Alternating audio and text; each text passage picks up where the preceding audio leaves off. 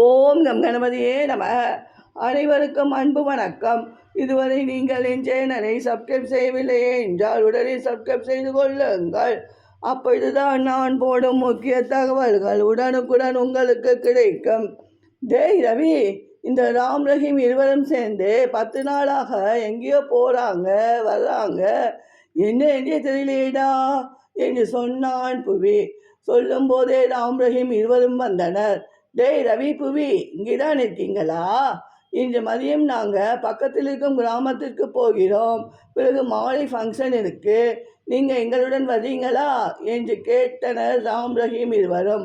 Okay okay, நாங்கள் வர்றோம் உங்களுடன் என்று சொன்னார்கள் ரவி புவி இருவரும்.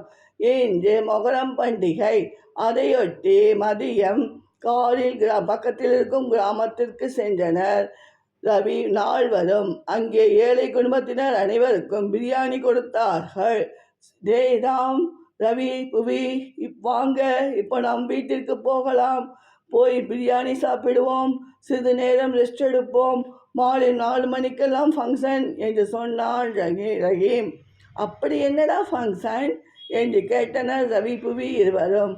ஓ அதுவா, நம்ம ஊர் பூங்கா புது பராமரிப்பின்றி புதர் மண்டி கிடந்தது அல்லவா, அதை சீரமைத்து சிறந்த சிறுவர் பூங்காவாக மாற்றியிருக்கிறோம்.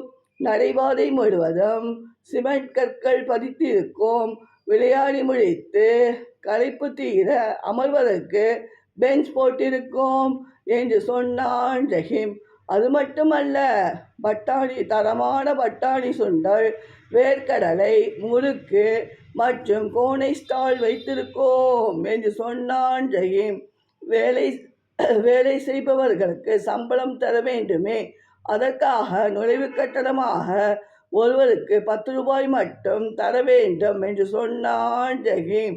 சூப்பராக இருக்குடா என்று சொன்னார்கள் ரவி புவி இருவரும்.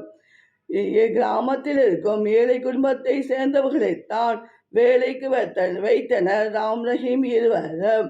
மாலை 4 மணிக்கு சமூக சேவகி சந்தியா பூங்காவை திறந்து வைத்தார். முதல் நாள் சலுகையாக அனைவரும் இலவசமாக பூங்காவிற்குள் வரலாம் என்று சொன்னார் சந்தியா மேடம். நன்றி, வணக்கம்.